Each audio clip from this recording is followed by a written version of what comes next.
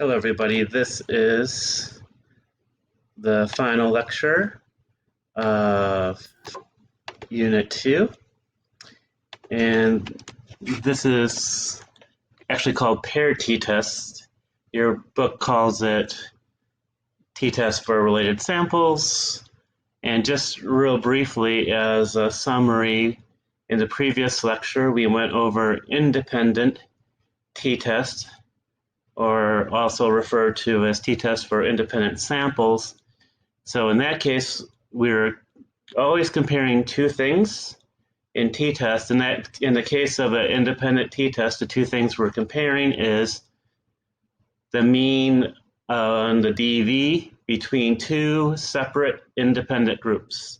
And so the research design that's used in independent t-test is between subjects, so you only get one level. So it could be the 6 drinks versus no alcohol group comparison on attraction, and nobody gets both of the conditions. Nobody's getting no alcohol and 6 drinks. You're getting one or the other. And then we're going to have you do ratings of people's photographs in terms of your attraction to them. And then we're going to compare the mean on attraction between two separate groups. For this lecture, a paired t-test is we're doing a within subjects design. And like with any t-test, we're going to compare two things. The two things we're comparing is within the same people, they get both levels of the IV. And so using our example that we just said just now, let's say we bring people in, we ask them if they drank anything today, and they say no. And then we might give them a placebo, it doesn't have any alcohol in it. And then we'll have them rate some photographs. And then we'll have them take 6 drinks. And after a little bit of time, we will have them rate some other photographs in terms of their attraction. There'll be equal levels of attractiveness. We'll have it piloted and make sure that people find them to be equal. So in that design, we're measuring the same people twice. So under conditions of no alcohol, do ratings of attraction. And then under conditions of 6 drinks, rate the attraction again. And so we have 2 ratings of attraction. So we have 2 measures of the dependent variable in this design. So it's called paired t-test because we're just looking at pairs of scores. So for each person, we're looking at their score under no alcohol condition versus 6 drinks and seeing if their scores actually increase. So we're going to do that within each person. So that's why it's called paired t-test, because we are looking within the same person at 2 pairs of scores to see if they change under the different conditions. And sort of just to mention what we talked about earlier is that a nice thing about this design is we don't have to worry about whether people are picky or not picky. We had to worry about it in the last lecture. In independent t-test, we had to worry that there was maybe more picky people in one group or more not picky people in one group. That would really throw off our study because just the groups differing on their pickiness could really throw off our results. The DV could be affected by those group differences and not by the IV of alcohol itself. But in this design, we have a control for that right away because each person is their own control. So you're measured twice. We don't care whether you're picky or not picky or whether your scores are high or low. All we care about is, does your attraction scores change from no alcohol to 6 drinks? We only care about the change between those 2 scores within each person. We don't care about anything in terms of pickiness or not picky. We don't care about that. You doesn't matter. Doesn't matter if you're picky or not picky, if you have high scores or low scores. All we care about whether you change your scores. So whether the change is from a 1 to a 3 versus 8 to a 10, that doesn't matter to us. It doesn't matter that you're picky or not picky. What matters is the change in your scores. Both of those scores, 1 to 3, 8 to 10, both of those changes is +2. So the alcohol increased the attraction by 2 points for those 2 people, even though they both start at different points. One's very not picky, starting at an 8, and then one's very picky, starting at a 1. So we also call this, the book calls this related samples. So why is it related samples? Because it's the same person. So if pickiness is affecting your score on the no alcohol rating, your pickiness is probably going to affect your score on the alcohol rating. That's why it's called related. So they're not independent scores because it's the same person doing it twice. So if you're picky, you might have those scores of 1 and 3. And if you're not picky, you might have the scores of 8 and 10.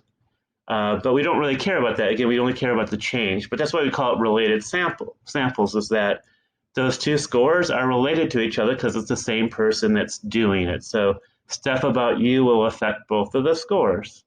No alcohol, 6 drinks. So I just basically talked about this. You can read the slide. You can pause it if you want to. But basically, I talked about this. And so, usually we have to talk in complicated ways about the hypothesis statistically, but we put it in a more simple way when we actually do it ourselves in class. So I'm just checking we're recording, and we are. So real quickly, that little mu, so that little u thing there, right here, remember that is the symbol for the population mean.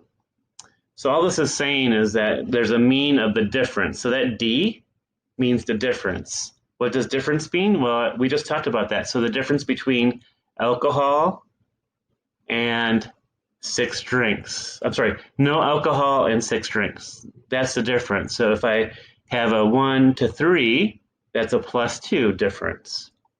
If I have an 8 to 10, that's a +2 difference also. So the mean of the difference is if we take everybody's different scores from the two conditions, no drinks versus 6 drinks, if we take that difference for each person, that's their D score. And so if we find out the difference for each person, no alcohol with 6 drinks, we add those different scores together. We divide that by the number of people in our study. That's the mean of the difference. So that's what that is. And this will become clear when we have actual data. But basically, the HO, the null hypothesis, which says there's no effect, says there is no difference between conditions. So the mean of the difference, if you add it up among all the people, it just equalizes, and there's no difference between no drinks and 6 drinks when we average it across everybody in our study. That's what the HO is saying there. The HA, which they call H1 here, the alternative hypothesis, which is a hypothesis about an effect, the book does it in a two-tailed fashion. Two-tailed means there's some difference. So if we add up all the different scores, no drinks, 6 drinks, add up those different scores for every person, divide it by the number of people, that mean of the difference is not going to be 0. It's going to be less than or greater than. So the book talks about two-tailed test, but we do directional one-tailed test. So, for example, with that alcohol study, we better be saying something like the alcohol group is greater than the placebo group on attraction. So we're making a prediction greater than, less than. And we're just comparing those two scores. We're comparing the difference between alcohol and no alcohol. And we'll go into how we do that with some examples as we go on.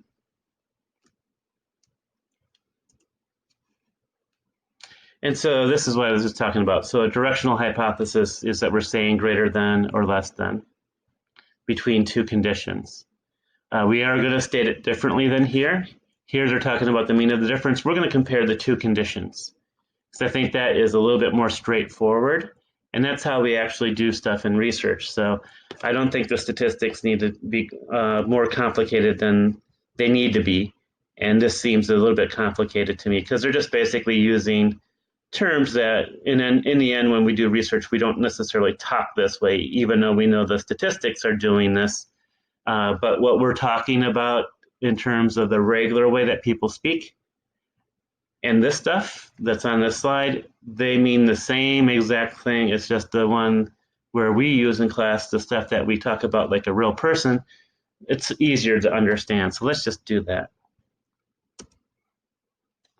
So right away, we don't have to go into t-tests much because you know what t-tests are. So we get to go right to sample problems. So just like all of our lectures, we'll have one sample problem and I will walk through it. And then we'll have a second sample problem and I'll have you do it on your own. And then after you're done, you can restart the video and then I'll show you the solution. So basically, actually in this lecture, we're going to look at real studies. The data are made up, but the data are in the direction of the findings of the real studies. So the first study we're going to look at is, do young children have basic ideas of cause and effect? So if you want to, you can watch that video on the bottom right away. So I recommend that you watch that video. It's really short. It's maybe 3 or 4 or 5 minutes at most. So watch that video, and when you're done watching the video, come back here. Okay, you should have watched that video. And what that video shows us, I'm going to make it a little bit clearer. I think purple is not standing out as much as I wanted it to. And people don't like red. I don't know about this. Okay, that's a little bit better. So from watching that video, you saw that the study was trying to test this idea about whether young children have ideas of cause and effect. And the way that they were testing it was to have an event that's happening in front of the kids that is possible. So one condition is possible event. So the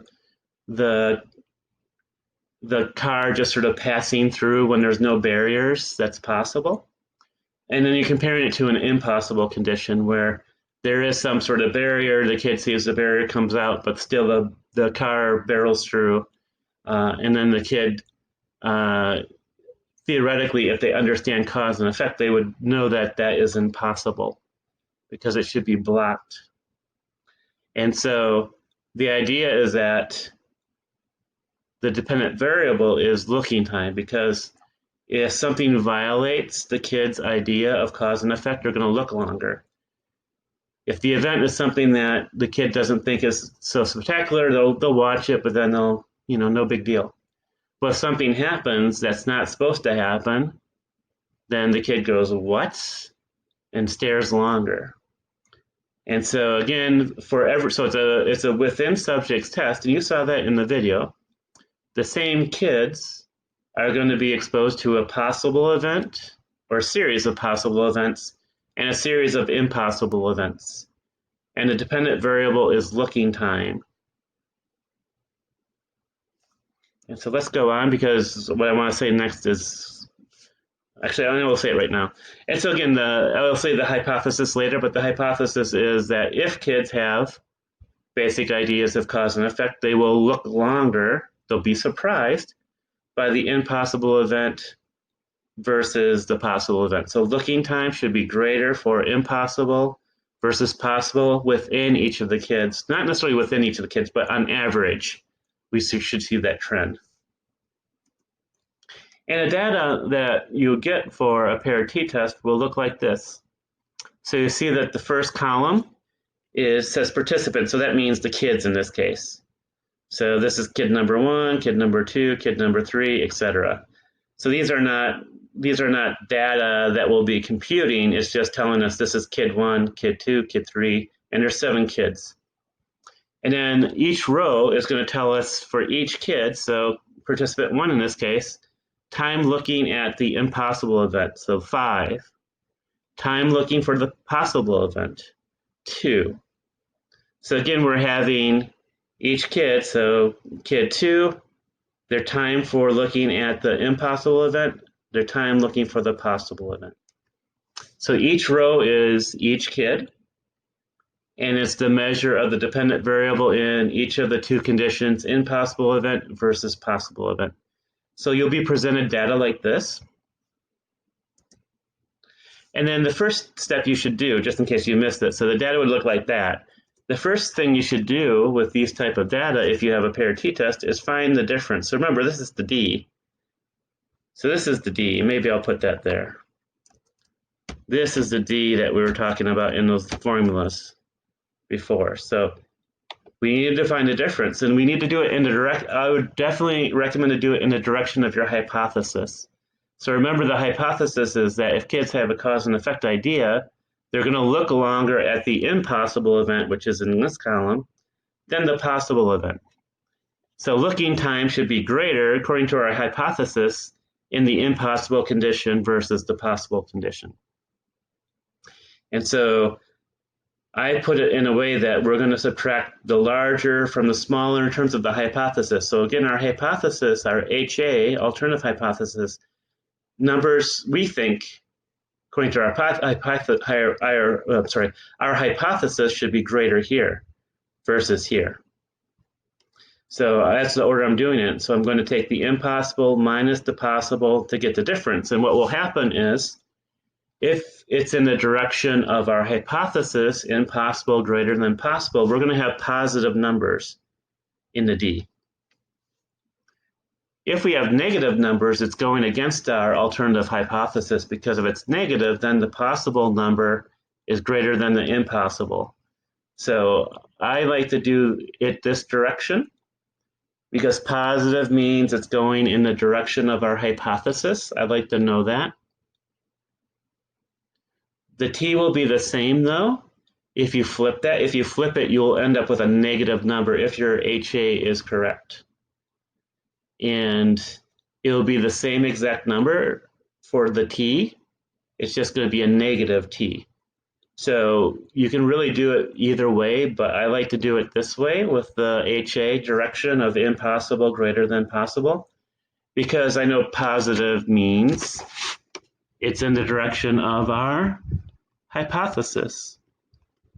And so you see, for participant number 1, you take 5, their impossible score, minus 2, their possible score. So the difference is plus 3. I don't put the plus there, it says 3. Person number 2, kid number 2, their score on impossible, 7. Their score on possible is 3. So 7 minus 3 is plus 4 again. So we do this for every participant, every kid in this study. And you have to be really careful. You need to be able to keep track of, for one, 0. So if you have the same score for both, make sure you mark that. Don't say, oh, it's just a 0, it won't count. It will count. You have to keep the 0 in there because you have to count the 0. Also, make sure you keep track of negative scores. So you see participant number 4 here, they actually had a lower score in the impossible and higher score in the possible event. So we need to make sure that we put -1 here, because that's going to affect our calculations. So make sure you track the zeros and make sure you track negatives. And so that's what you do first. And so you convert these data. You don't necessarily convert it. You just make a new column. You're taking the difference, and I recommend the difference in the direction of your alternative hypothesis, impossible, in this case, impossible minus possible. And you do that for every person in your study, keeping track of zeros and keeping track of negative numbers. And the t-test is the same, and so in terms of its concept. And so the first step that we have to actually do is we do have to find the mean of the difference. So remember that we're comparing two things in a t-test. In the independent t-test, we're comparing two groups' means. In this case, we're not comparing two groups' means. We're comparing within each person their difference between impossible and possible on the DV. So we're comparing those two scores within each person, but we have to find the average.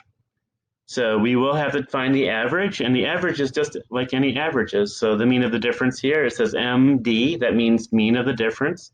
It's just the average difference. So it's just saying to us, add all the difference scores divided by the number of scores. So you already know how to do that. I know it might look complicated, but it's just telling you add the different scores together divided by the number of scores. So you're going to add all these columns together. You add all these numbers together in this column, that's the D. Sum the D's, add them together, divide it by 7. There's 7 scores there. So you get the mean of the difference. And that thing is actually going to be on the top of your T. I'm sorry about this. Top of your T formula. And I'm thinking I want to put my T formula here. So sorry about this. I'm going to slide this closer over here because I think it's a little bit better presented this way. If I can get this stupid thing to stop. So make sure you find the mean of the difference. Sorry about that. I'm glad the website that they were advertising was something that was acceptable. So you need that, and that actually is going to be on top of your t-test. So remember the top of the t-test for independent t-test was mean 1 versus mean 2. So mean for group number 1 minus the mean for group number 2. So we're comparing two things. But here the two things we're comparing again is this difference in the scores between two people. In this case, impossible versus possible. So the D already captures that. So for the top of our t-test, we've already done all this difference between two things. It's captured in this one number. So we just have the mean of the difference on top. So this is the mean of the difference is on top. And I'm gonna highlight this, or I'm gonna copy this. Because again, we have overly complicated formulas when we don't need it. And so I'm gonna do something real quick.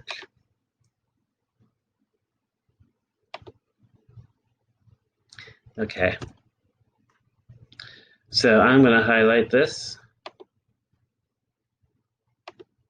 because I want to draw on it.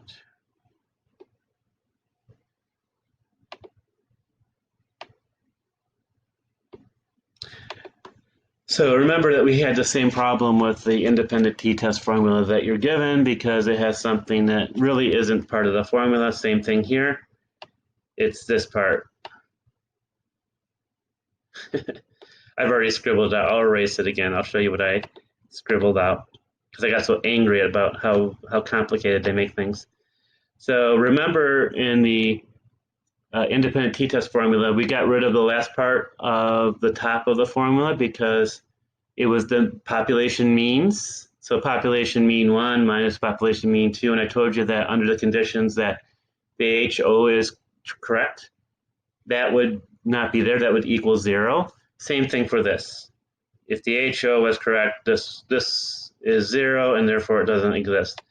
So this part of the formula does not exist. So the formula is just simply that. So the formula is just simply the T is the mean of the difference. So we add up our different scores, we average them. And remember, this is capturing the comparison of two things. It's comparing within each person impossible versus possible. So it's still a comparison between two things, but we just have one number. It's the mean of the difference. And then we have a standard error again. So this is the standard error. Well, what's the standard error of? It's the standard error of the mean of the difference. And then we'll get into how to calculate that in a second. So the t-test for formula for paired t-test is just simply this. Don't include this stuff with the population mean. It's just there to confuse you. And we'll have some, so we're going to calculate this with our, we're going to calculate this with the sample data that we have. I'm going to keep that sheet up. You can skip this because I'm going to tell you how to do it in a second. So we do need the variance of the difference. So the standard error for the mean of the difference, so the bottom part of the t-test formula, it's just the same as what we had for the independent t-test. Remember independent t-test? We needed a standard error. So standard error, remember, was the standard deviation divided by the square root of n, but we had two groups, and so we had to throw the square root over everything. So there was two groups, and we had to look at the variance because we had to square the standard deviation because we have it under square root now. So we have the variance of group number 1 over the n for group number 1 plus the variance of group number 2 over the n for group number 2. And we take the square root of those two, add it together. And so that logic is the same here. So our standard error is the same thing here. So it's the square root of the variance, because it's s squared. Remember, s squared, standard deviation squared is variance. So this is variance of the difference. So variance of the difference divided by n. N is the number of scores, which is 7 in this case. So this formula is just telling you the computational formula of it. You can just use this. I'm going to show you a little bit of a trick. Let's keep it simple. So I'm going to allow you to use a variance calculator. So how do you use this variance calculator? So there's a little bit of notes here, but I'm going to show you it. When you put this URL in your browser, you're going to get this. And step number 1, unclick population, click sample. Why? Because if you don't do it, your variance is going to be off. Because your variance in the population would be divided by n. Because if it's a population, you have all the numbers. There's not going to be any estimation errors. But remember, for a real sample, our real data, when we calculate variance and standard deviation, we divide that stuff by n minus 1, because that minus 1 corrects for estimation errors. So just make sure you click over sample, because if you do population, your numbers are going to be off. And then all you do is put your data in here. And so I'm just going to put random data in here. So you put your data, make sure you put a column, or a comma in between your data. So let's say, and remember, we have some zeros sometimes. Make sure you put zeros here for your D's. So if you have a D that's a 0, put it in here. If you don't put it in here, it's going to throw off your numbers, because the computer won't know that there was a 0 unless you tell it. If you tell it's a 0, it will include the 0 score as part of its n. If you don't include the 0 score, it won't put it as part of its n, and your numbers will be way off. Also, make sure you put your negative number. So you just put negative like that. Doesn't have to be anything fancy. Just make sure you put comma after everything. So again, you just simply put your data there. So you can just put your D's there. And why don't I just go ahead and do it for the problem that we have. Let's just keep it simple. I've done it. I promise I've done it. And I'll do it here. So we have 3, 4, 4, negative 1. 3, 4, 4, negative 1. And then we have 4, 1, 3. So 4, 1, 3. Let's double check it. 3, 4, 4, negative 1. 3, 4, 4, negative 1. 4, 1, 3. 4, 1, 3. Yep, everything is there. Have sample clicked. Put submit data. It gives us the variance right there. If you're paranoid, double check the sample size. So there was 7 scores, and that's right. I found that sometimes I was making a mistake, and instead of having a comma, I was putting a period. And the way I was able to tell that was if I had a period instead of a comma, it thought it was just 1 score. So instead of having a sample size of 7, it would say sample size of 6, and I go, what? I entered 7 numbers. And then I go and double check, and I just made that mistake. The other thing, too, is if you want to double check your numbers and you go back to your numbers down here, they won't look the same. For whatever reason, the computer arranges it from lowest to highest score. And so it won't look like how you ordered it in terms of how you entered your data. So just know that. So if you say that, oh, I'm not sure if that number's right, let me double check my data. You look down there and go, oh, I didn't have negative 1 first. Well, that's true. It's just it rearranged the data. So our variance of D, so remember this was the D score. So I entered these numbers right here. I entered those numbers. So this is our variance of the D. So the variance of the D is 3.62.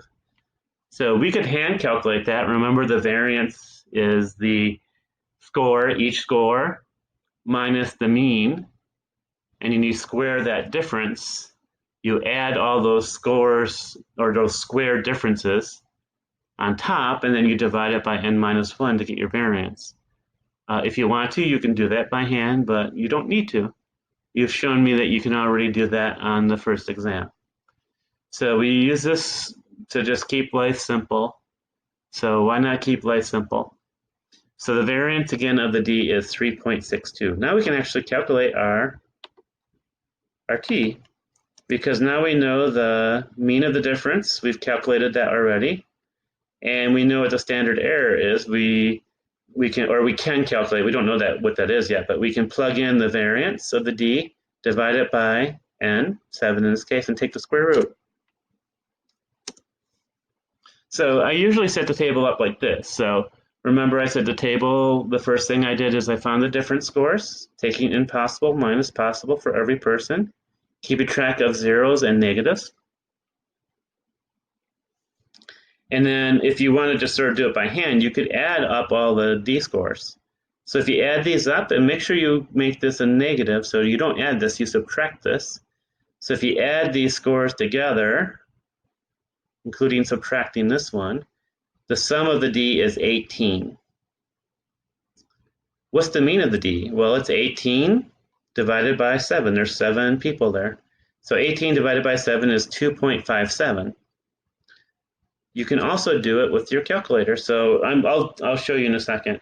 But remember, I said that the variance of the d was 3.62. That's what we got from our online calculator, 3.62. Sorry about that. See, remember, 3.62. You can find the mean. There's a little click bar here. Click that little bar. It will calculate the mean. The mean is 2.57. So I hand calculated it originally. 18, the sum of the d, adding these things, subtracting this one, and then dividing 18 by 7 gave me 257, but the online calculator does it too, so I'm fine with either way. So now we have our stuff to do our calculations. We have our mean of the d, and we have our variance of the d. Remember, variance is s squared, the standard deviation squared.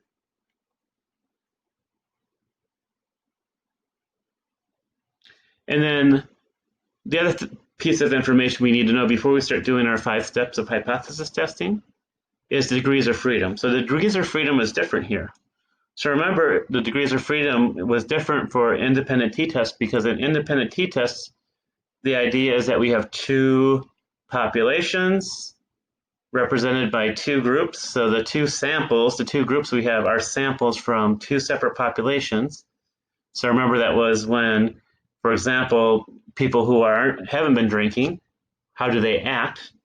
The no alcohol group was an estimate of that population of people. And then we had a population of people who are drinking 6 drinks and running around and looking at people and see if they're attractive or not. So how do people act in terms of their attraction to other people with 6 drinks in them? So there is a population of people like that. And our group of 6 drink people was a sample of that population. So we had 2 different samples. We had a sample of not drunk people, no drinks, and a sample of 6 drinks people. And because we had 2 samples, we had to find 2 n minus 1s and add those together, because we have 2 groups and we have 2 degrees of freedom, 1 for each group. In this design, remember, it's within subjects. We don't have different samples. Remember, it's called related samples, paired samples it's called sometimes. So it's not different people, it's the same person. It's the same person measured twice, when they haven't been drinking and when they have 6 drinks. Or in this case, the babies aren't drinking. So the same babies looking at an impossible event versus possible event. So it's not different samples, so we don't have to add things together, we just have 1 sample. So the sample is n, the number of people in our study, minus 1. So in this case, we had 7 babies, so 7 babies minus 1, so the degrees of freedom for this study would be 6. Okay, let's go through this example in detail. And until the next test, we have to do every step in the hypothesis testing and outline it, because I need to test you that you know the steps. We can be a little bit looser after the next exam, as long as everybody does well about this, although we will still follow the same steps. We don't necessarily have to spell them out, but up until this next exam, we have to spell these things out. So step number 1, we have to list our hypotheses. So the alternative hypothesis in this case, again, was the impossible condition will have greater looking time than the possible condition. So if kids have causal thinking, they'll be surprised by the impossible event and they'll look at it longer. So the HA is impossible is greater than possible on what? On looking time. The HO, which says that there's no difference, there's no effect, and somebody did that wrong because I think they cut and pasted it. And so the HO, where there is no effect, is that there is no difference in terms of time looking between the impossible and the possible event. That's the HO, the null hypothesis. And so step number 2, remember we're setting our rules in step number 2. So our alpha is always going to be 0.05. And I think I want to just make it simple. I won't put a period at the end. Doesn't really matter though, but just makes it stand out a little bit better. So our alpha is 0.05. It's the same thing as before. There's a 5% chance of a type 1 error. So if we draw the normal curve, that extreme end of the curve on the right, there'll be just 5% chance you'll end up in that area just by dumb luck, just by sampling error. So it's the same logic as before. Our degrees of freedom, remember, it's very simple in this case. We don't have 2 samples like last time. We have just 1 sample. There's 7 babies. So it's n minus 1, so 7 minus 1 is 6. And I think I'm going to just put 7 minus 1 here, so just in case people aren't following that. So 7 minus 1 is 6. So we use the same t-table. So we use the same t-table regardless of whether it's paired t-test or independent t-test, doesn't matter. The t is the same. So we're going to look at 6 degrees of freedom on our t-table.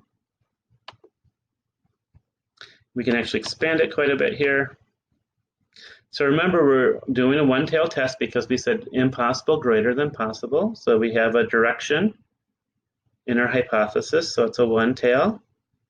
And we go to that top line and we find the 0.05 because our alpha is 0.05, 5% chance of making a type 1 error. Then we go down this column to 6 degrees of freedom. So there's 6 degrees of freedom right here. And so 6 degrees of freedom at the one tail 0.05 is 1.943. So I put that there, 1.943. Remember, when it comes to our critical values, we always round up, regardless of where we are. So if it was 1.94000000001, round it up to 9.5. Well, sorry, 1.95. So round up, why? Because it's more conservative. If we round up, we for sure are not going to make a mistake by a type 1 error in terms of being sloppy on this. If we round down, there's a possibility we might make a type 1 error. We say there's an effect that's there when there really isn't, just because we rounded down. So we don't want to do that. So round up, because our t's are always going to be expressed in 2 decimal places. So round up. 1.95 is our critical t. So 1.95, if you remember that, and I feel like I need to draw this again just real quickly. Oops, I have to highlight this first. So we have our old normal curve roughly, very rough. And then we have our alpha's 0.05. So the area under the t distribution, but if you remember area under a normal curve, there's only a 5% chance of having scores this far, this line, and then the critical t is that line. So our critical t in this case was 1.95, if I remember right, 1.95. 1.95. So if our t is greater than 1.95, we're going to be in this area. It's an unlikely area to be. So the mean for the possible, I'm sorry, I should say impossible. So we think the impossible is going to be maybe over here if our HA is right. And the Possible event is just like a control condition, just how much kids look at things. And so if we're over here on the right side of this, we have a t that's greater than 1.95. It's very unlikely to have a mean for the impossible so far from the possible event that we say that there is an effect. If our t ends up over here, it's too close to the mean of the possible, so the impossible is not any different because there's a pretty good likelihood that you're going to have scores over here, just in terms of the probabilities under the curve. So if our t is less than 1.95, it's not far enough away. You know, it's getting close to this line over here, the mean of the possible, and we know that it's a relatively likely outcome. You know, 95% of the scores are under this thing. So it's a pretty likely outcome, and so there's no evidence then that there's a difference between the impossible and possible conditions. So that's what the critical t is measuring. And let me get back to this. So just like with any statistic, we want, when we say we want, if our alternative hypothesis is correct, our calculated statistic will be greater than the statistic from the table, the critical statistic number. So if our HA is right in this case, we'll have a t that we calculate that's above 1.95. That logic is going to be the same for every stat we do in a class. So step number 3 is we calculate. So remember, the t is just simply the mean of the difference divided by the standard error of the mean of the difference. We ignore the population stuff, so that doesn't exist. So it's the mean of the difference over the standard error of the mean of the difference. So the standard error takes a little bit of calculation. It's not a lot, but I like to do that separate. And I'm going to get rid of these. I'm not sure why there's, oh yeah, I know why I have that. But there probably should be one more dot. And so define the standard error of the mean of the difference. So I just put MD there for mean of the difference. Remember, the standard error was the square root of the variance of the difference, variance S squared. And I'm going to do this. I just feel compelled to do this. So if you don't have it down, write this. So remember the standard error of the mean of the difference. I don't put the X bar in the typing because it's hard to do that. It's very simple, or as my German teacher in high school would say, it's simple. So it's and this is just what we had before. So it's the variance, in this case it's the variance of the D scores, the different scores, over N. This is the same thing that we had with the independent t-test. Independent t-test was just this. We had two groups. So we had the variance of group number 1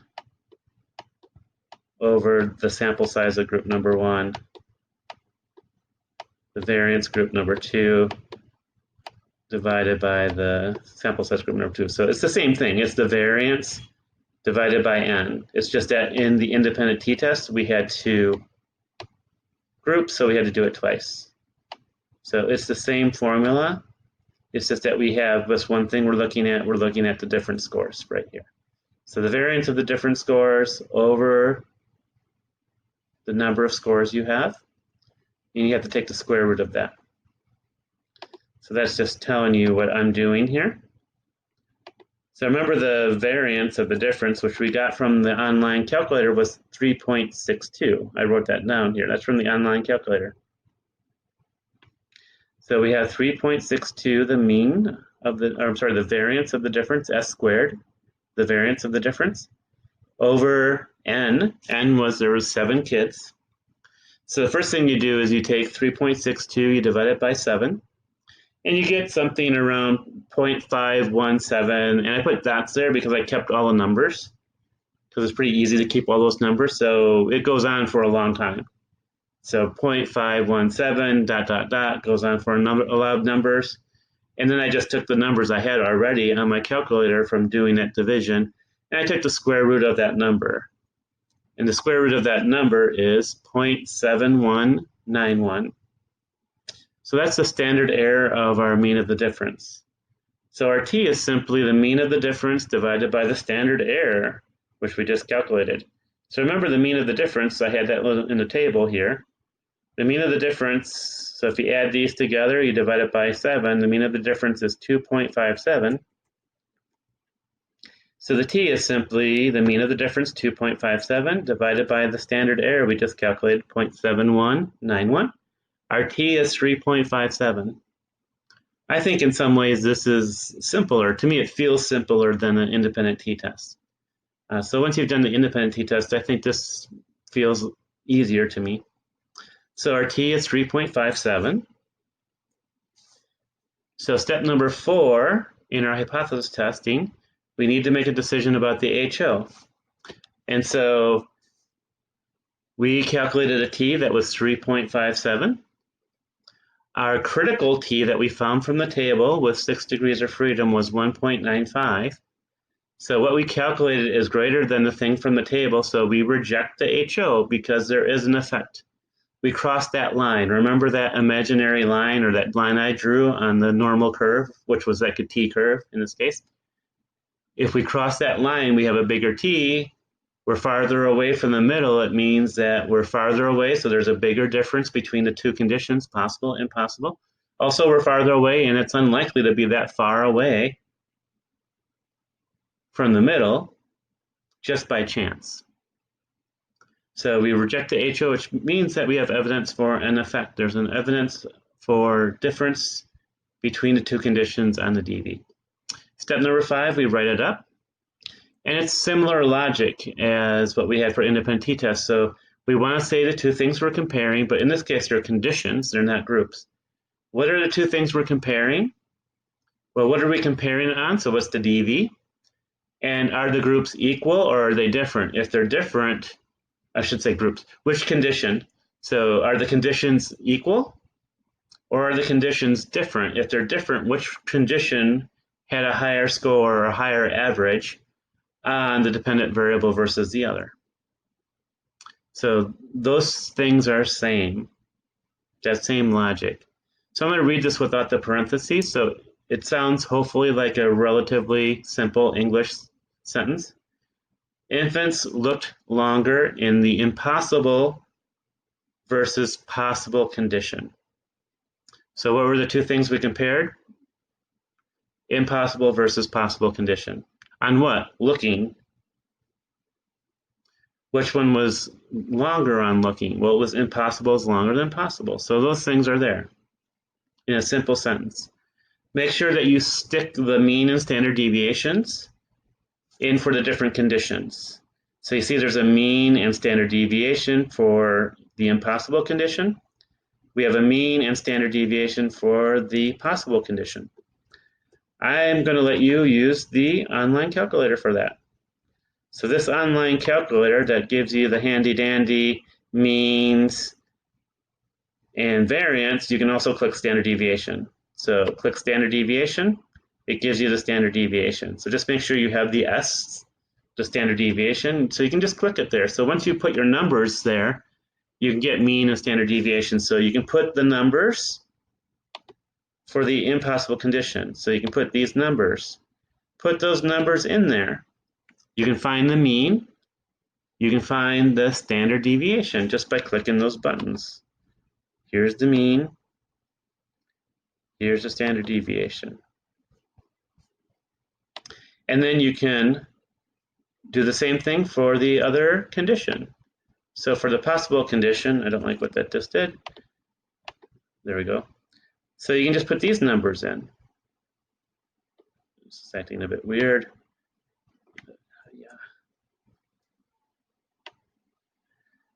So we can just simply put those numbers in for the possible condition, and we can find the mean and the standard deviation for the possible condition, and we can just put that in our sentences. So that's where those numbers come from. Again, if you want, you can knock yourself out and calculate those by hand if you want to, but you don't need to. You can calculate them with the online calculator. So you can just simply get the mean standard deviation for each of the conditions from the online calculator. So we have our simple sentence, and we gave our mean and standard deviation for our conditions that we're comparing. So then we end the sentence with the statistical information. So what did we do? We did a t. Then we put in parentheses, just like before, our degrees of freedom. So remember, 7 kids, 7 minus 1, 6 degrees of freedom. And then we put our t we calculated. So the calculated t, what we did by hand, is 3.57. We rejected the HO, so we put comma, p is less than 0.05. So we're telling our audience there's less than a 5% chance that we were making a type 1 error, and we're saying there's a difference between these two conditions when there really isn't. So it means that there's very likely an effect. In this case, we have evidence that kids possibly have cause and effect thinking because they're looking longer at the thing that violates it.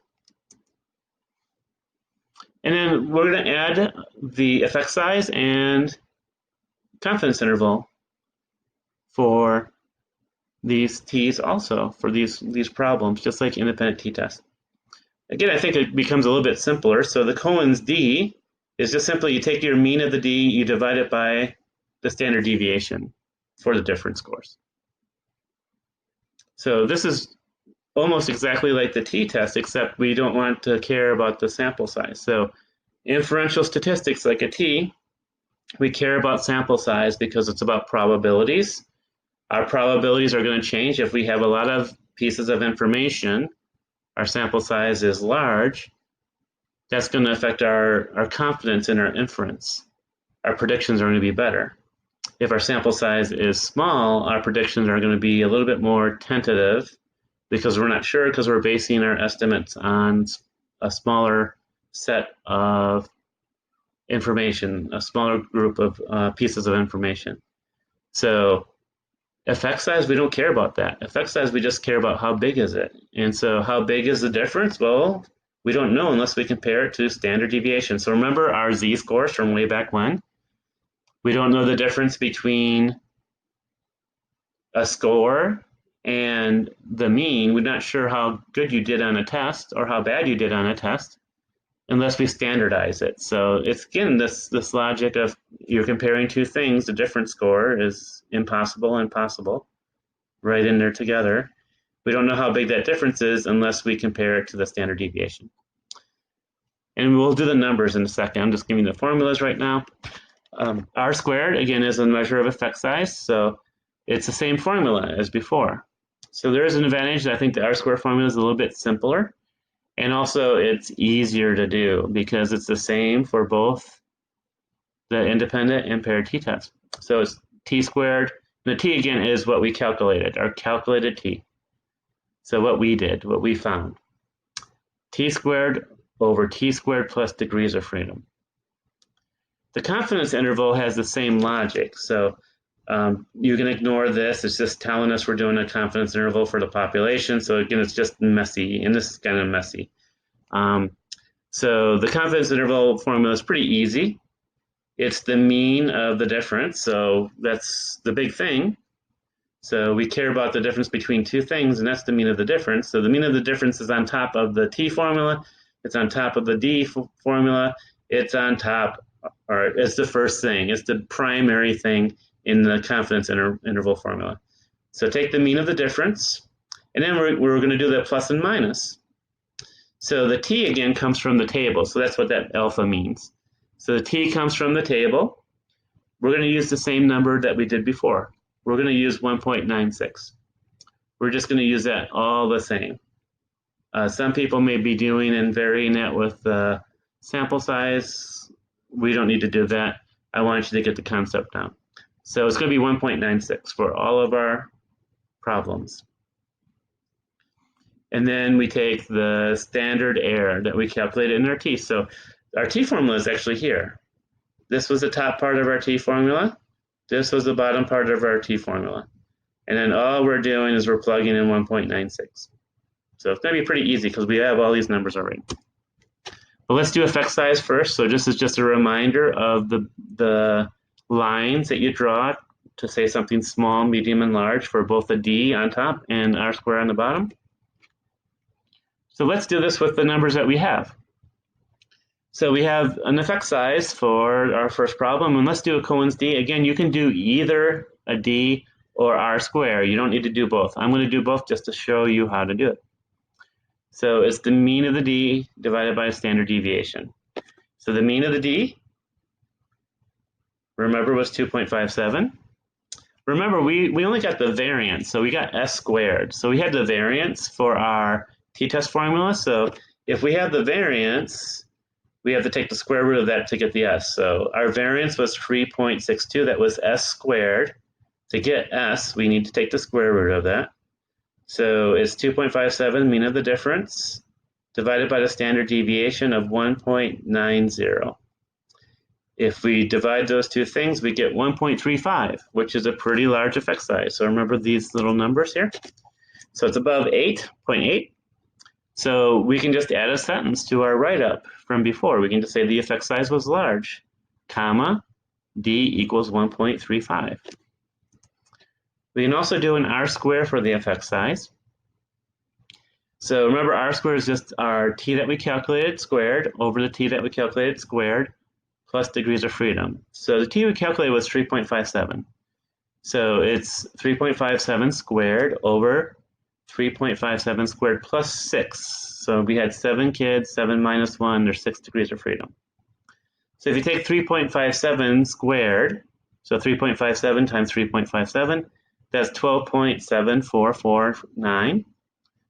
We divide it by 18.74449, so that was just the 12.74 blah blah plus 6, so that makes 18.74 blah blah. So we take those two numbers, we divide it, our R squared is 0.68.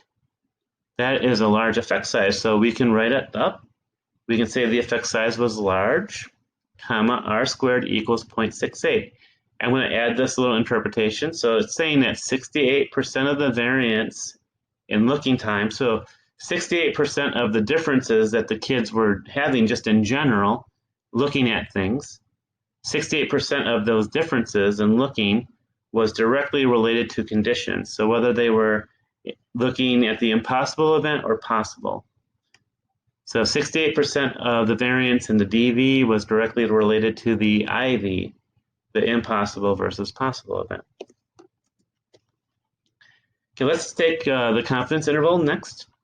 So we're always going to do a 95%.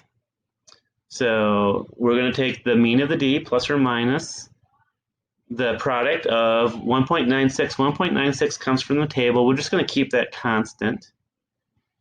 And we're going to multiply that by the standard error of the mean of the difference. So the mean of the difference and the standard error comes from our t-test formula. And then we already know 1.96. So it's just taking the top of the t that we calculated and the bottom of the t that we calculated and putting in the 1.96 here. So if we take 1.96 times 0.7191, we have 1.41. So we have to take the mean of the difference, 2.57, plus and minus 1.41. If we take 2.57 minus 1.41, we get 1.16. If we add those two numbers together, we get 3.98. And so we can actually make a sentence out of this. We can just say the 95 CI, that people know that means the 95th confidence interval was, and then in brackets, you can just give those two numbers, the lower number and the higher number. And to do the hypothesis test on the HO, remember that we can just see whether it passes the 0. It does not. Both numbers are positive, so it does not pass the 0. What does that mean? It means 0 is not a likely possibility, and 0 would mean that there's no difference between impossible and possible in terms of looking time. So if no difference is not likely, it means that it's likely there is a difference, and so we reject the HO. Rejecting the HO says there's a difference between those two conditions. So it's the same decision that we had as we had for our t-test that we did. Okay, so let's do another example. And you're going to calculate the numbers all the way through and do the 5 steps of hypothesis testing, and then I'm going to show you the solution when you're done with that. We are actually going to, again, we're going to base this on a real study. So in this study, what they did is they brought in people and they put them in fMRI. fMRI means functional magnetic resonating imaging. if I could say it right. So basically, what is that? It's a big magnet you stick your head in. I don't recommend doing this unless you have to do it for some reason, because you shouldn't be around big magnets, especially your brain. But they do this sometimes in studies. So they stick your head in a big magnet, and what the F stands for is functional. And so what it does is it takes millisecond to millisecond reading of the blood flow in your brain. And so they can compare when you're doing something, whether when you're doing something it increases the blood flow in certain parts of your brain or decreases it. And so if you're doing something and they're seeing that the blood flow is increasing in certain parts of your brain, it's being activated. So the idea is that that part of your brain is helping you do the thing that you're doing, whether that's thinking or doing a performance task. The deactivation, there's less blood flow. So if they're looking at a certain part of your brain and as you're doing the activity, there's less blood flow there, then they say that it's deactivated and it's not part of the function. Or sometimes, like, this is how they can measure defense mechanisms. So remember the behaviorists, if you've ever taken intro psych, behaviorists were running around and saying Freud is dumb because you can't measure defense mechanisms. Well, guess what? We can do it now. And so sometimes with deactivation, for example, if you're doing something that's related to defensiveness on your part, your hippocampus gets deactivated, which means you are blocking out memories. And we can measure that stuff now. So I don't want to hear anybody pooping on Freud and saying that he's stupid because you can't measure the things he's talking about, because we can now. So, but we aren't doing this in this study. I'm just giving you an example of what deactivation can mean. So it could mean that it's just not part of it, or it's actually an active thing of shutting something down, like your memory, forming your memories. Hippocampus helps you form long-term memories. So there's studies that, again, show you that when there's something defensive that you're being exposed to, your hippocampus gets less blood flow, and so it's being deactivated. So you're essentially blocking out the formation of those traumatic memories, or trying to have having access to those memories. So here we go. So this study, so they stuck people in this big magnet that looked at parts of your brain and can see what parts are being activated and deactivated when you're doing something. What's the something that you're doing? Well, in this case, they're doing a driving task. So in this big magnet, they have a driving task that you're doing. And I'll show you the driving task in a second. And then they give some incentive. So they're actually going to give you real money. So if you can drive through the course, the simulated driving course, faster, you get more money. So there's an incentive built in there to go fast. And then there's two conditions. And so each person in the study, they are stuck in this fMRI and they're doing the simulated driving task, and they're doing it twice. In one condition, they're doing it with a peer watching them, somebody of their own age watching them do this, and they're aware of it, or they're doing it alone. So those are two conditions, and they're doing it, and each person's doing it under both conditions. So it's a within subjects design. And you might say, well, if they do the peer watching first all the time, then the alone will always be better because it's a second. What they do is what's called counterbalancing. So for half the people, they do this task with the peer watching first, then they do it with the alone condition second. Then the other half of the people in the study do it reversed with the alone condition first, and then the peer watching second. So each person is doing the driving task under these two conditions, and they flip it for half of the subjects to make sure that, practicing the driving or fatigue doesn't come into play. And in the original study, and I'll show you the data from the original study, compared adolescents, and you can see the age that you're talking about, versus young adults versus adults. And we'll talk about this findings comparing these age groups, but that's a very complicated analysis. We're not doing that. So we're just going to look at adolescents. So see, adolescents are highlighted in red. So for adolescents, we're going to compare them in terms of this driving task whether what their performance was with their peer watching versus when they were doing it when nobody was watching them, when they were doing it alone. What's the driving task? Well, roughly it's this. You can see also the citation there is on top. Those are the authors. And so again, they have to drive through this course. You can see that there's a start of the course and then there's an end of the course. And so they're driving and then they get a series of stoplights. And so they have two decisions to make. It's because it's set, the machine is set when they're coming up to it, it's turning yellow. They don't get greens all the way. That wouldn't be very smart, right? There's all these yellows. So, and you can see that they're at different spaces. So there's a yellow, there's a yellow, there's a yellow, there's a yellow, and then you drive a little bit longer, there's a yellow. I'm not quite sure what this is.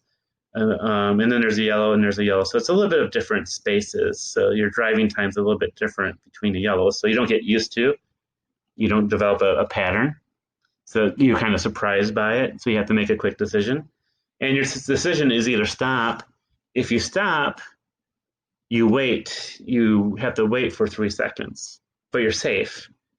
Because if you make a decision to go and you're successful, then it's great. So if it's yellow and you gun it and you get through it in time before the red goes on, then you're safe. But there's a big risk because if you gun it and you don't make it, you're going to get into a crash and you have a 6-second delay. So there's a penalty. So if you take a chance and you're wrong, you slow your time down twice as much than if somebody stops and waits.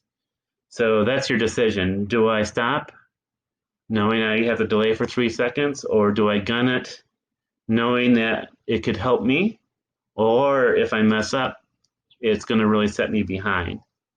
And there's money based on it. So I'm going to lose half my money, essentially. If I make a wrong decision here and I get in a crash, I'm going to lose half my money, but maybe I can double my money. So that's the task. They looked at different things in terms of the dependent variable, but we are going to focus on the dependent variable of crashes. So let's look at how many bad decisions that are made by adolescents. So a bad decision is you try to gun it and you get hit. So we're going to look at the number of crashes as a dependent variable. So bad decisions, bad risk-taking. So remember that there's two conditions. There's doing this with a peer watching and doing this alone. So for each person, so each row is a person, we're going to have the number of crashes that they had with a peer watching them and the number of crashes that they had alone. So this is the data. These are the data. So for each person, we know how many crashes they had when a peer was watching them, how many alone.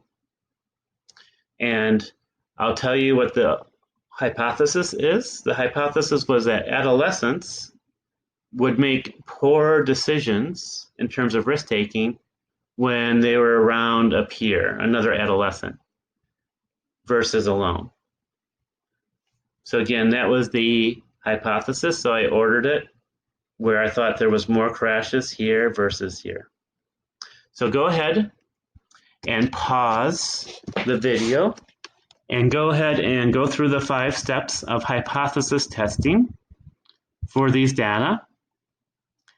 And then in addition to the 5 steps of hypothesis testing, make sure that you test for an effect size. It can be a D or an R square. You don't need to do both. And make sure you also do the confidence interval for 95%, a 95% CI, which we've been doing all along. So go ahead and solve this, and I will go through the solution when you're done. So pause the video.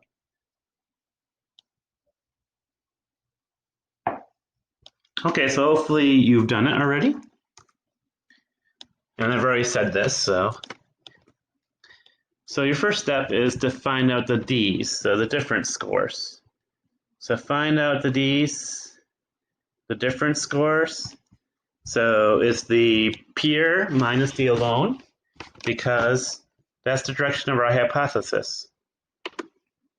So we want to take the peer crashes minus the alone crashes.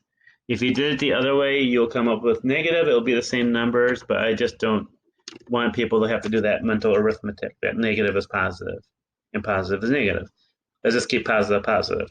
Positive meaning in the direction of our hypothesis, our alternative hypothesis. So, whoops, sorry about that. So pause. Just noticing a function on this that I hadn't noticed before. So here we go. So find those differences. So your differences, if you did it in the direction of Pierre minus alone, should look like this. So you can double check these. And then I did the first step. I added them. It adds up to 10. 10 divided by 5, there's 5 people, is 2. You might have gotten that from the online calculator. That's fine, either way. Actually, I did that in my head, and what was 10. It was really easy then to take 10 divided by 5. So the mean of the D is 2. And then we'll get into the variance. I think it actually is there. Yes, it is there. Sorry about that. It is cut off for some reason. I do not like that. Let me see if I can change this. But this is really kind of a picky thing. Let's see if that improves it. That's annoying. So anyway, I'm just going to show it this way. You will have these slides, and you'll be able to see it a little bit easier. So the variance also, I got that from the online calculator. I put in these scores, the D's, and I was able to get the variance. The variance was 3.50. That's annoying. I'm wondering if I can fix this real quickly. Sorry about this. When I looked at it before, it looked like it was fine. Let's fix this so we can all feel better.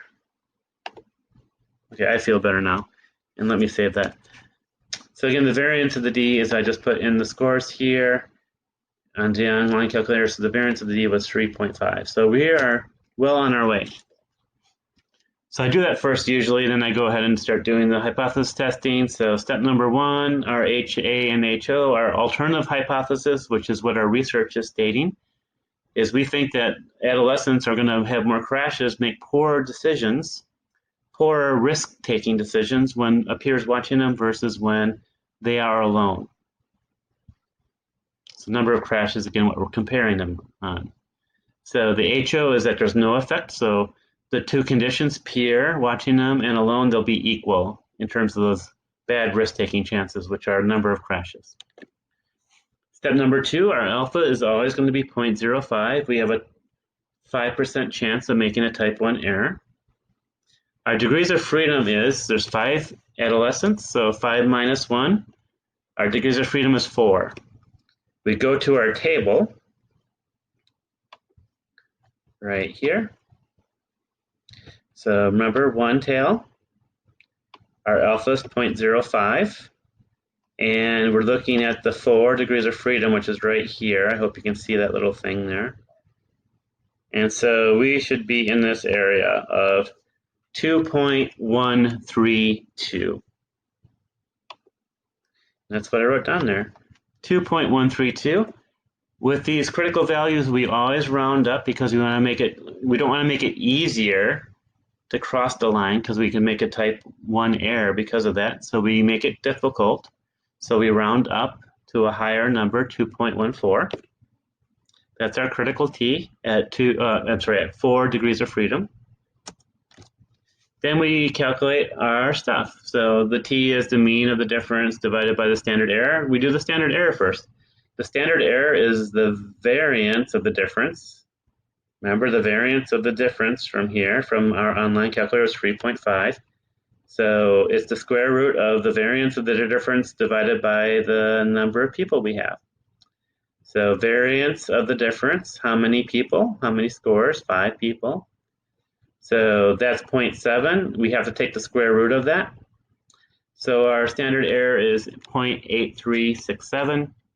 Now it's really easy because remember our mean of the difference was 2.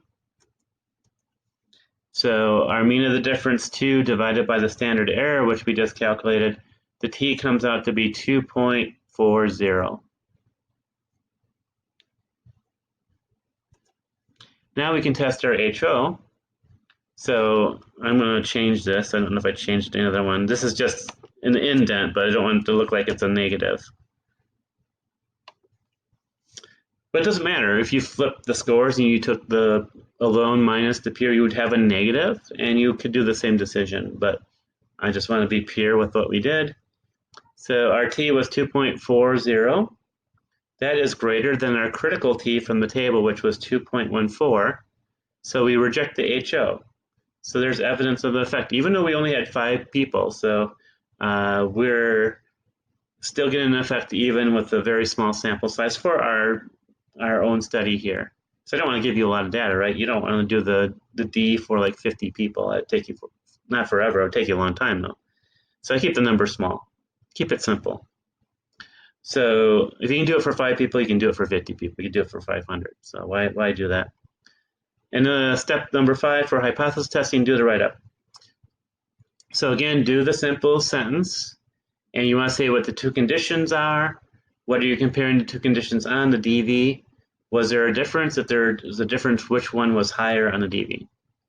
So here, the simple sentence is, adolescents had more crashes when in the presence of a peer versus when alone. So peer versus alone on number of crashes, they had more with a peer. You have the mean and the standard deviation for the 2 conditions. So again, you just go to the online calculator. You put in the numbers for the peer column, find the mean, standard deviation. Put in the numbers for the alone column, find the mean and standard deviation. And so they had more. They had 2 crashes more in this example, in the peer versus alone. And then we have to have a comma because we have to give our stat stuff. So what did we do? We did a t. How many degrees of freedom? 4 in parentheses. The t that we calculated was 2.40. Did we reject our HO? Yes, we did. So we put comma, p is less than 0.05. It means there's an effect. And we actually, we already said it. There's a difference in the number of crashes, peer versus alone. And we're just telling our readers of this sentence that there's less than a 5% chance that we're making a type 1 error and saying there's a difference when there really isn't. So there really seems to be an effect. We're 95% sure or more, 95% or more sure there is a difference. By the way, as we're going to do the effect size and the confidence interval, but I wanted to show you the findings before we moved on there. And although I made up the data I made up are pretty close to what's here. So you see that the mean for, so I should sort of, the red is peer, alone is blue. So red is in the condition of peers, and this is adolescents. So this is adolescents. Peer, they made roughly about like 5.7, 5.8 crashes.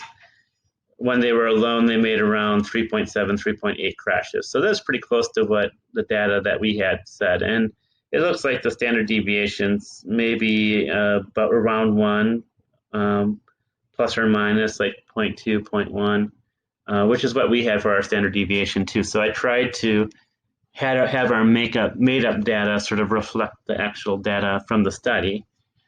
So this is number of crashes. So you see that the adolescents make far more crashes when peers are around versus when they're alone in the blue condition.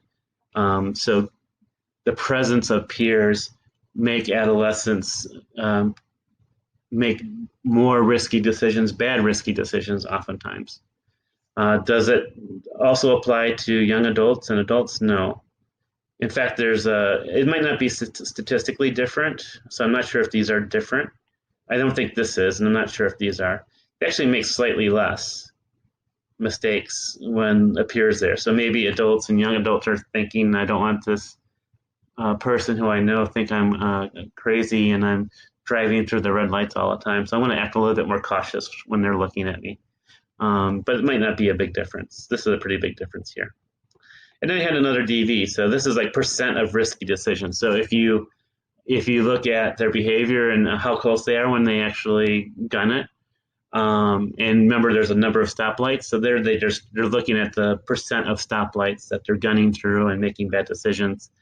And again, the red is with peers, blue when they're alone. They make a lot more risky decisions when a peer is watching them for adolescents. And then for young adults and adults, there's not that big of a difference. I don't think, look at these bars are the standard deviations. This is not a difference. And this is not a difference too. So they act the same. Young adults and adults act the same roughly if they're alone or with peer watching them. But adolescents act a lot different in terms of risky decisions if a peer is in their presence. And I think actually some states have used research like this to make laws in terms of, it's probably under 18. So like if you have a driver's license under 18, you cannot be driving a car with just other people who are under 18. There are some states that have laws like that. And some of this research is the basis of those laws. And you can go look up the article. So in the previous slide, there wasn't the citation of the article with the authors and the title of the article. If you want to read more about it, you can. Basically what happens is it's not like the adolescent brain doesn't work. The adolescent brain's fine. So look at the adolescent brain alone. It's actually doing a lot less risky decisions, it looks like, than, I should say less, but it's a little bit lower. Maybe it's not significant, but it's a little bit lower than the adults and young adults. So it's not like the adolescent brain cannot control its impulses. It can, because if we look when they're alone, the blue line, it's not really differing from the adults and young adults. But under those conditions of peers, the brain's acting differently. And so the idea is that although there's the cognitive functions that allow you in your cortex, your prefrontal cortex, to control your impulses and not make bad decisions when you're adolescents, that's already developed. The problem is with adolescents, your amygdala, I'm not sure if there are motivation centers which are related to the amygdala, your emotions. Your motivation centers are overly activated when peers are around. So that explains a bit when somebody does something stupid in adolescence, the peers go, oh, wow, that was cool. That's great. Oh, my God. I have to shoot this on YouTube or whatever. I've been making a lot of YouTube videos for the class. So I'm obsessed with YouTube and its functionality, but certainly it could be other things, other media. So there's all this reward that the adolescent brain gets for this type of behavior from the peers that adults and young adults get. So it's not that adolescents aren't capable of thinking they are. It's just that the motivational system's quite different in adolescence when peers are around versus when they're not around. You can read more about that. And I probably said it a little bit sloppy. And there's specific parts of the brain to this that I don't know, because they're like gyruses. There's like these little spirals in your brain. They can link to it. This is not a neuroscience class, but if you want to read about neuroscience, go ahead and read that.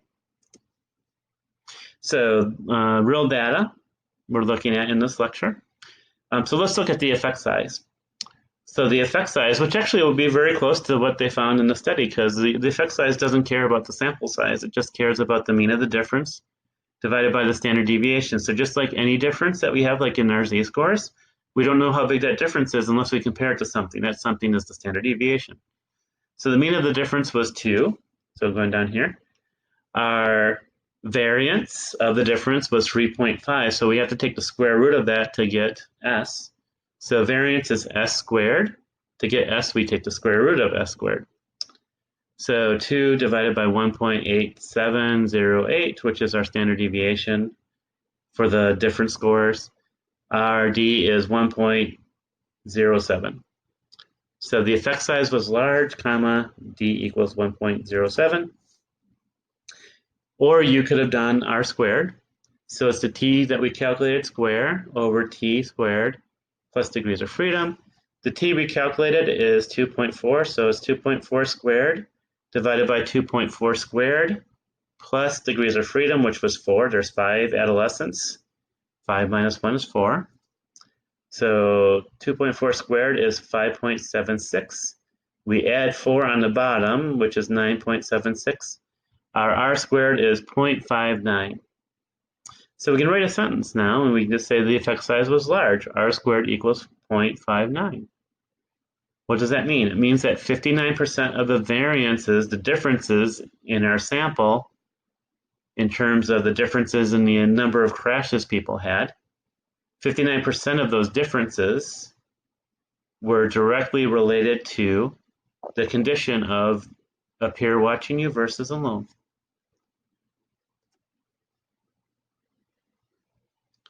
And I'm just noticing I didn't do the confidence interval. So I'm going to pause this. I'm going to do the confidence interval. Sorry about that. Okay, we're back. I've done it. See how quick it is? Actually, it was pretty quick for me to do it.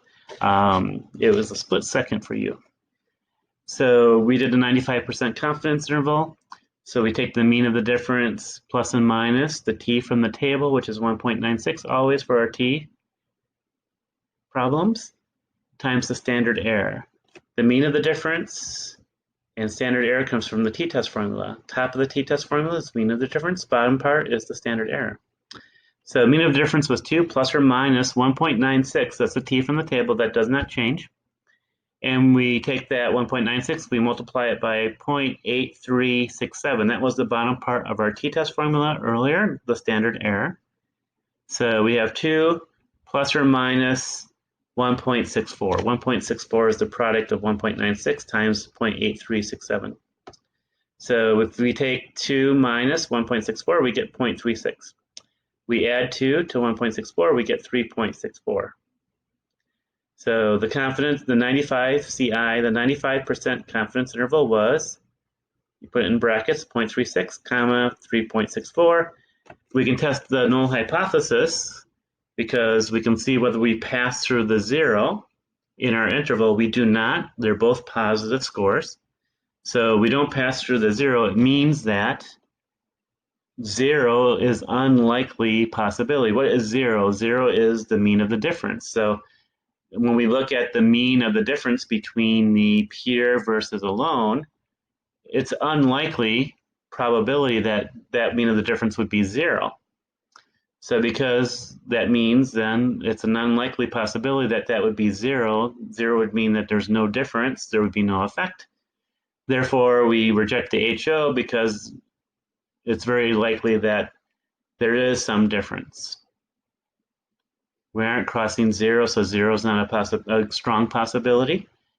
Not even strong. It's not even a 5% possibility. And so we're 95% sure that we have an effect going on. And we're getting towards the end. I'm going to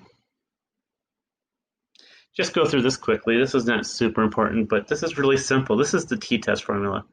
So remember the mean of the difference is the top of the t-test formula. So duh, the bigger that this is, the larger your numerator of your t is, the bigger your t is, the more likely you would find an effect. And this is also duh. So your sample size, in terms of math, the larger your sample size, so remember that your standard error is the square root of the variance of the difference divided by the sample size. So the larger your sample size, the smaller your standard error is mathematically. So the smaller your denominator is, the larger your t will be. And the more likely you're going to reject the HO and find an effect. But also that's logical. So we're more likely to make a good, confident prediction when we go out on 50 dates with somebody versus going out on one date with them.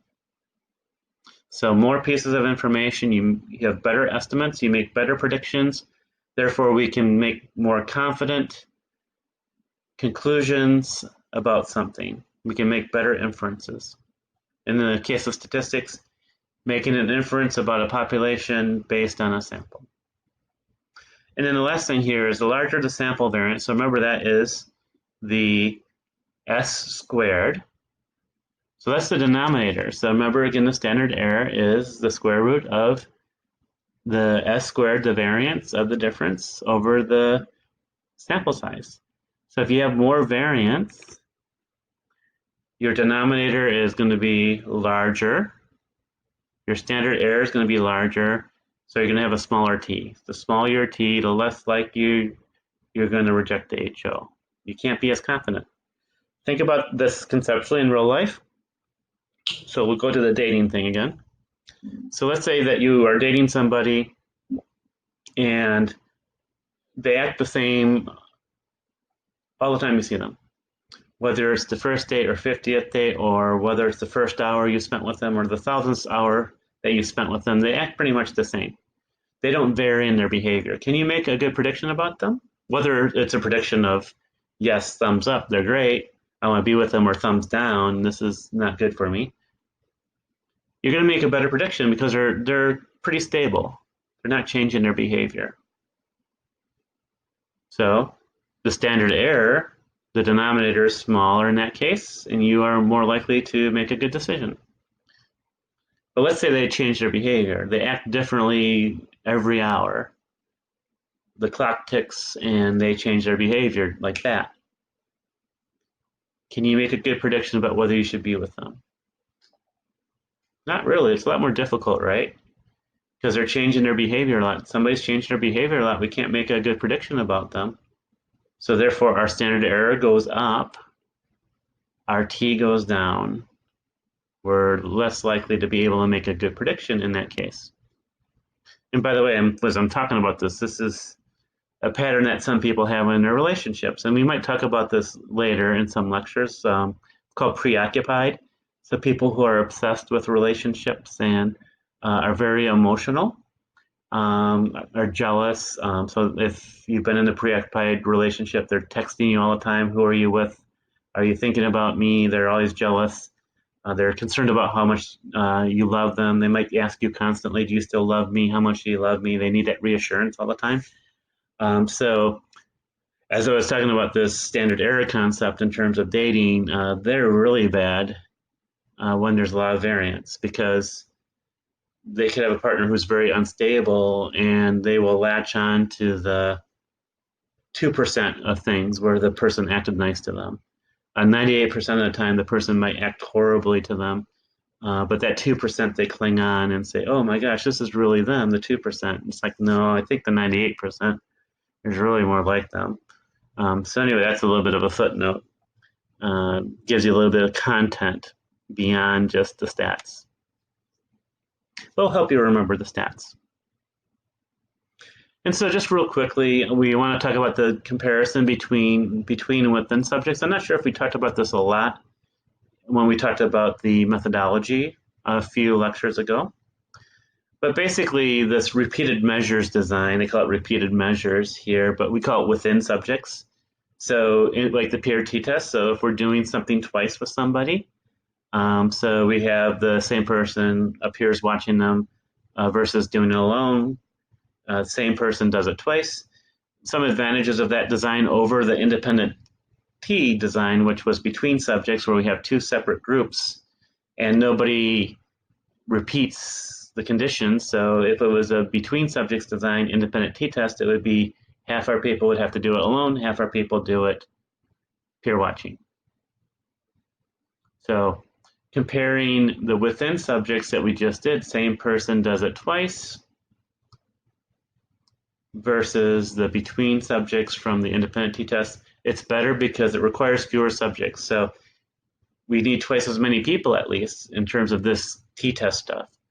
So if we have to have groups and we want the same number of comparisons, we better have twice as many people in our independent t-test design with between subjects to get the same amount of data.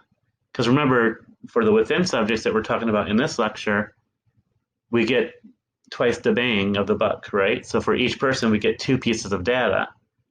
In the between subjects, we get only 1 piece per person.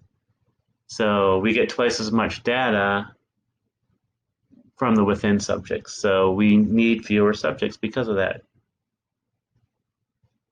We can study changes over time. So the advantage is that we can look at the same person over 2 conditions. So we can see how they change. That's really useful information.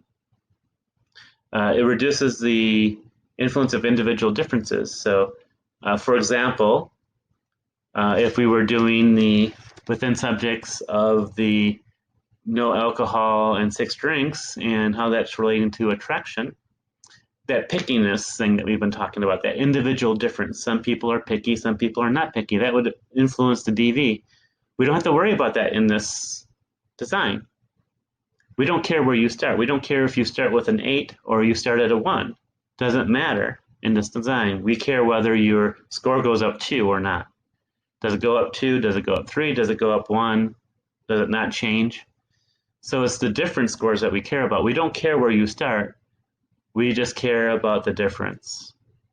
So individual differences, we don't care about it here because we have a check for it. There's less variability in score. So basically, because you have the same people, it gets rid of any possible differences in your group. So that's what that's saying. So again, because we have the same people going twice in each of the 2 conditions, if it's the same person, all that stuff that can change their behavior should be the same. If we have a between subjects, that independent t-test design, we have 2 separate groups. We don't know, we try to avoid it, but there still could be differences between our 2 groups. So that could lead to more variability. That's basically what it's saying. So more variability between the scores, meaning between the 2 groups in the between subjects design. And basically, there's a concept here is we're reducing the error to the effect. So I'm going to draw this, and we're going to do this more when we get to the next unit after the next exam, but I'm going to draw this conceptually because it applies to any statistic, basically. So remember in our statistics, and I'm going to do an IV, but it could be a PV, it doesn't really matter. So we care about basically what's the relationship between our IV, let's say it's alcohol, and our DV of attraction. And so, you know, there's differences in the IV, so that could be our conditions that we have set up. And then there's differences that people have. So I'm drawing variance. So we have variance in people's attraction scores. And what our statistic basically measures is this overlap. Our statistic is saying that, yes, there is basically a relationship between the IV and the DV. There's this overlap. So this is something that's sort of conceptual. And I'm just realizing I probably should have drew it separately. That's okay, I'll just do it here. Ugh, that's a horrible drawing, sorry about that. So let's just say that we have the conditions that we're talking about right now. Oops, still erasing. I'll just draw it here. This is a between subjects, so this is between subjects. Because in between subjects, we just know, well, we have our IV and we have our DV. We don't know anything else. Our groups can be similar, our groups can be different. We don't know. We just know that there's a relationship between the IV and the DV. And so this overlap is that correlation. So the bigger this overlap, the higher our statistic is. So if that goes up, our T goes up. That overlap goes up, our T goes up, and then we're more likely to reject the HO. The bigger that shaded area is. Let's say we do a within subjects design. So our within subjects kind of starts with the same logic. We still have and I'm not going to rewrite the IV and DV, I'm just going to put the circles here. So we still start with the same logic. We have the variances in our IV that we manipulate, and then we have the overlap with the DV. So here's our IV. I said I wasn't going to write it, but I'm going to write it anyway. So we still have this overlap between the 2. And so what the within subjects does, it takes this and it kind of partials things out. So it sort of takes out some error here. And I'm thinking about how I'm drawing this. It's actually maybe better mathematically. So there's always some error here. There's some differences between the groups. I'm just going to erase this. Sorry about this. There's always going to be some differences between the groups. So that little overlap in the between subjects is going to be smaller usually because there's a lot of noise. But with the within subjects, the overlap is going to be larger because we've taken away the noise. So it's going to be a little bit smaller because there's going to be some noise here in the between subjects. So this is between subjects. So the groups may differ, so it's going to make it smaller. There's going to be more differences here between the groups, between the, I should say between the groups here, the IV and the DV overlap is going to be smaller because this is going to be pretty big over here. Here, we're going to decrease this.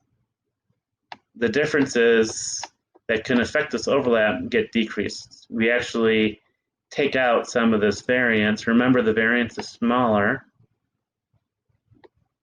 in the within subjects design. So this part shrinks, which means that this overlap gets bigger. So hopefully that makes some sense.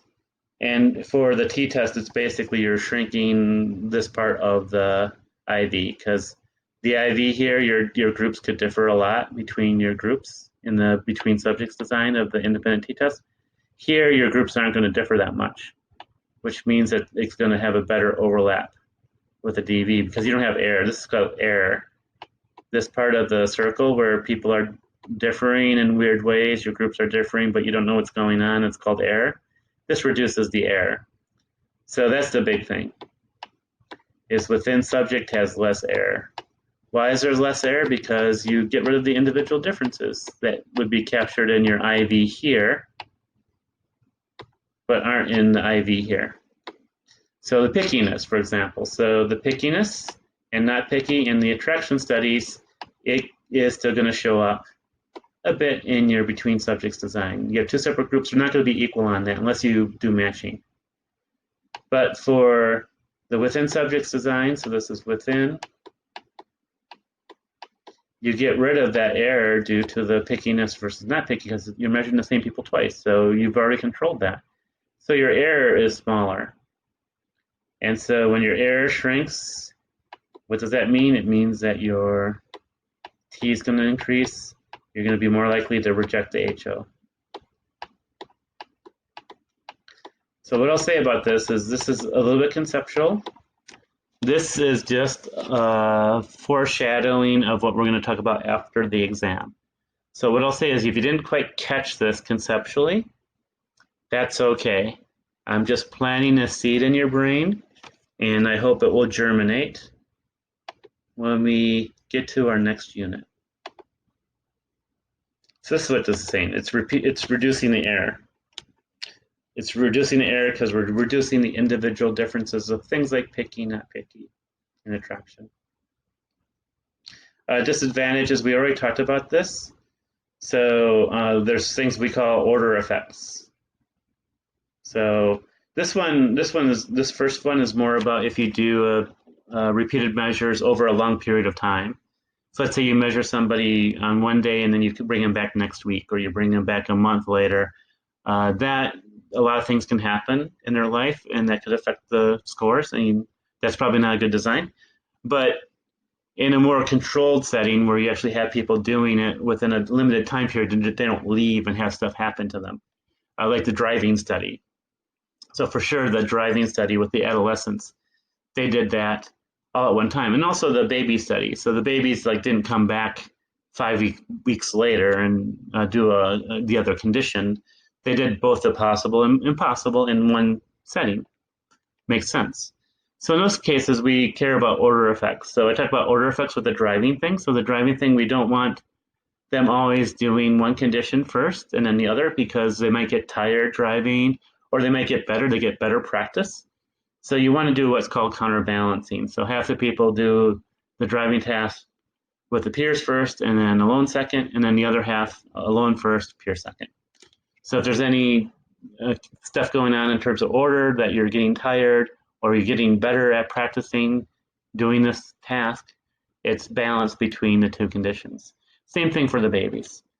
So for half the babies, they should see the impossible, and then half first, and then the impossible next, and then other half possible, impossible. So you flip the impossible, possible order. Probably with the babies, they probably did it even better. They probably shuffled it. You could do possible, impossible, possible, impossible, so that the babies are switching off all the time. So there's no fatigue. So the babies get tired or they get bored, and so they act differently. So you can actually do it in a way that shuffles them. That's also counterbalancing. So if the baby gets tired, it's not going to go against one condition versus another. Okay. So we have some similar assumptions. So remember that we have assumptions that things are independent. Independent means just basically nothing is varying across the conditions except the conditions. So for example, the experimenter should not be acting differently with the baby under the possible condition versus the impossible. And if I remember the thing right, I think that the parent was not in the room in the video. You can correct me on that. To do the peer study of that, you probably want the experimenter there because you don't want the parent going, oh, "What happened?" The parent would give cues to the baby that would make the baby act differently. So you want somebody like the experimenter holding the baby, so that they can just be the same regardless of the condition. So it's kind of a method thing. You only want the impossible and possible changing. You don't want somebody acting different to the baby and making them change their looking behavior. But it's also statistically, because if you act differently in the two conditions, you're introducing error. So if you have error, some other things are varying along with your conditions, then you don't know what your statistics are telling you. You're going to make bad conclusions from your statistics. We have normal distribution, so things change. Don't worry about this too much. Basically, it's saying when you look at the different scores for the population, not the sample, the assumption is that those different scores are normally distributed. But just like with a lot of these normal distribution assumptions, it's not going to be that big of a problem as long as your sample is more than 30 people. So if your sample is more than 30 people, we don't really have to worry so much about this normality of the population. And that's it. So that is the last lecture of the unit. There will be a homework for this topic, and there will be an SPSS lab for this topic. So do look online for the homework and the lab. The lab will have a video that will help you approach the lab. And that's it for this unit. Take care.